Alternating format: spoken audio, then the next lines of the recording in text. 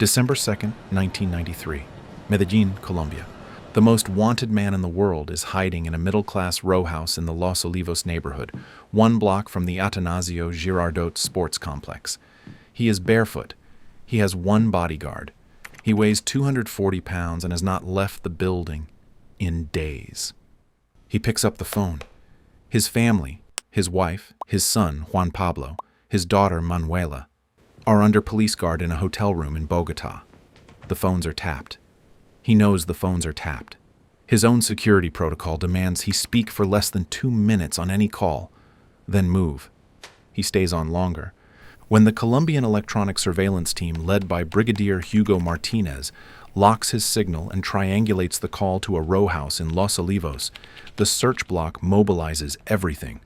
Ground units, helicopters, snipers on adjacent rooftops. Pablo Escobar drops the phone.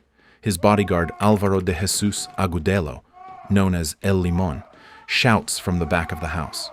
They found us. They run. El Limon goes out a window and drops to a lower roof. He is hit by 3 bullets while running and falls to the ground below. Pablo is alone on the terracotta tiles. He fires twice before bullets strike his leg and torso. He is still moving when the fatal shot enters his right ear. The search block soldiers photograph his body on the rooftop before his family is told he is dead. 25,000 people attend his funeral. Within 6 weeks of his death, cocaine flow into the United States increases. The Cali cartel absorbs his roots overnight. The drug war did not end. It got worse.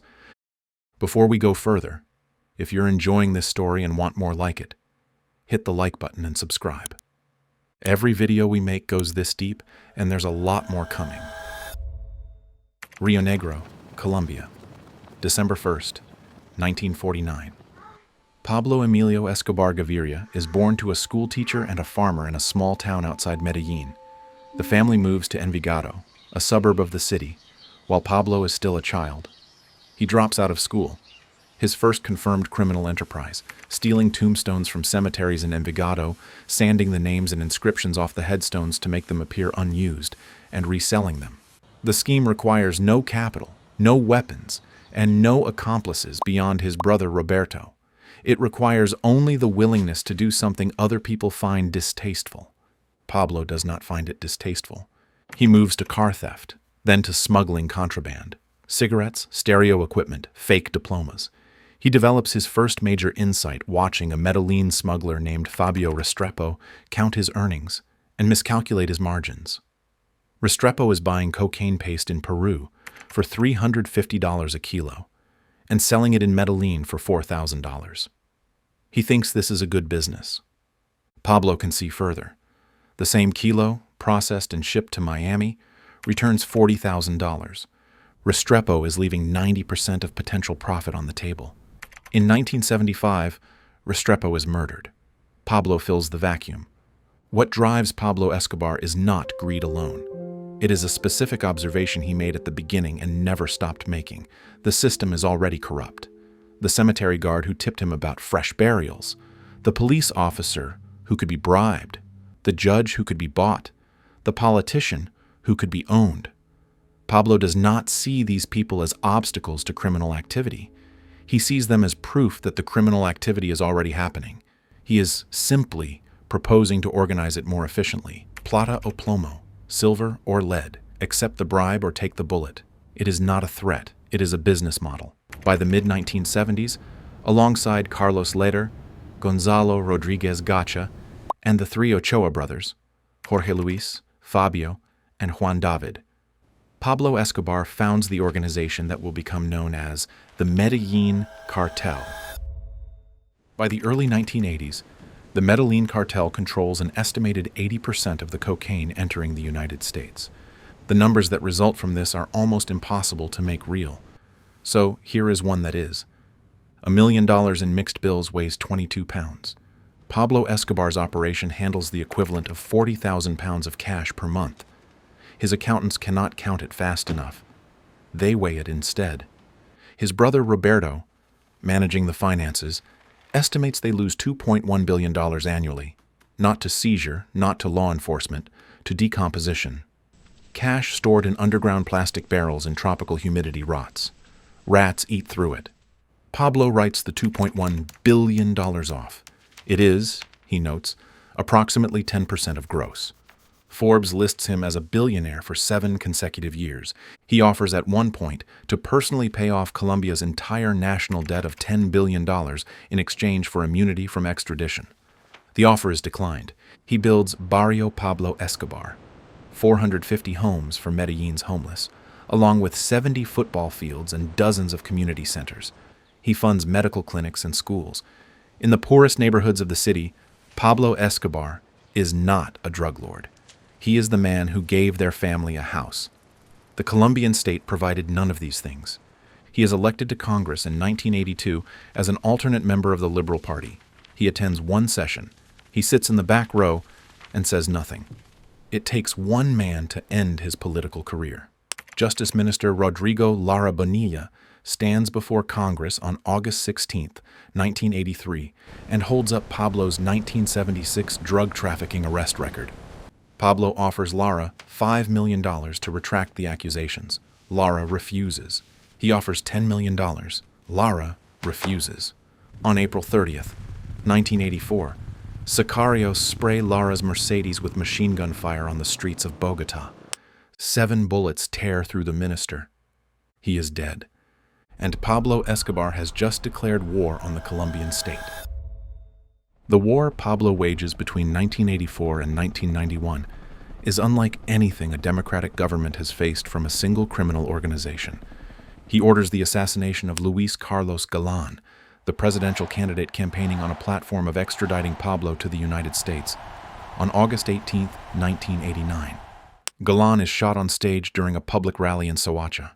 On November 27, 1989, 101 days later, a bomb detonates aboard Avianca Flight 203, a Boeing 727 climbing through 13,000 feet over Colombia, 5 minutes after takeoff from El Dorado Airport in Bogota. The bomb ignites the central fuel tank. The aircraft tears in half. 107 passengers and crew are killed, plus 3 people on the ground struck by falling debris. The target, presidential candidate Cesar Gaviria, who had replaced the assassinated Galan. Gaviria is not on the plane. He canceled at the last minute. Pablo murdered 107 people to kill one man who was not there. 2 of the dead are American citizens. The Bush administration begins direct intelligence operations against the Medellín Cartel. The DEA makes Pablo Escobar its top priority worldwide. By 1989, his sicarios have murdered 657 Colombian police officers. They receive approximately $3,000 per officer, 1 month's wages for a killing that takes seconds. By week 6 of the lottery of death, randomly killing 10 police officers per week across different cities, officers begin refusing to wear their uniforms in public. Entire precincts call in sick. The government eventually begs for negotiations. Pablo has one condition. He will surrender, but he will build his own prison. June 19, 1991. The Colombian Congress, on the same day it votes to ban extradition from the new constitution, receives Pablo Escobar's surrender. The prison he has designed and built is called La Catedral, the cathedral. It features a football pitch, a bar, a jacuzzi, a waterfall, a casino, and a giant dollhouse for his daughter. His guards are men he selected personally. The phones, computers, and fax machines allow him to continue running the Medellín Cartel from his cell, concealed from officials. Enough weapons for a small army. He is, by every practical measure, not in prison. In the summer of 1992, he summons Fernando Galeano and Gerardo Moncada to La Catedral. They have been accused of stealing from the cartel. Witnesses later confirm that both men are tortured and killed inside the prison. Their bodies are burned. Pablo's own sicarios, hardened men who have committed murders on his orders for years, are shaken by what they witness. When the government orders Pablo moved to a conventional prison on July 22, 1992, he escapes through a tunnel before the transfer can happen. He walks out of the hilltop compound into the Medellin night. He will be free for exactly 16 months. By the end of 1993, Pablo Escobar is reduced to one bodyguard, one safe house, and a transistor radio on which he hears the Colombian government offer $6 million for information leading to his capture. He once spent more than that on a single party. Los Pepes, people persecuted by Pablo Escobar, has destroyed his network systematically, funded in part by the rival Cali cartel, led by former associates and enemies who have united around the single objective of his death. Los Pepes has eliminated safe houses, frozen accounts, and driven his support base to near zero. His family are confined to a hotel room in Bogotá under strict police surveillance. He calls them every day, pretending to be a journalist to get through on tapped phones. His protocol demands less than 2 minutes. On December 1st, 1993, his 44th birthday, he celebrates with his cousin Luzmila, his mother, and El Limón, his last bodyguard. On December 2nd, he calls his family again. The first call comes in under 2 minutes. The second call does not. Brigadier Hugo Martinez's electronic surveillance team triangulates the signal to a middle-class row house in Los Olivos. Search block moves to the location. They break down the front door with a sledgehammer. Pablo is still on the phone. El Limón shouts, "El Patron, they have found us." They run. El Limón goes out a window. He drops to a lower roof and is shot 3 times. He falls to the ground below and dies. Pablo Escobar reaches the terracotta roof. He fires twice. He is hit in the leg and torso. The fatal shot enters his right ear. The search block photograph themselves standing over his body before his family knows he is dead. Colombia declares victory. 25,000 mourners attend his funeral. 6 weeks later, cocaine flow into the United States increases. The Cali cartel absorbs his roots and his markets overnight. The headstones in the cemeteries around Envigado still have names on them. The system Pablo Escobar identified at the age of 14, the system that was already criminal, where he was simply not yet getting his cut, is still operational. Nobody dismantled it. They just removed him from it. And the people who replaced him were already waiting.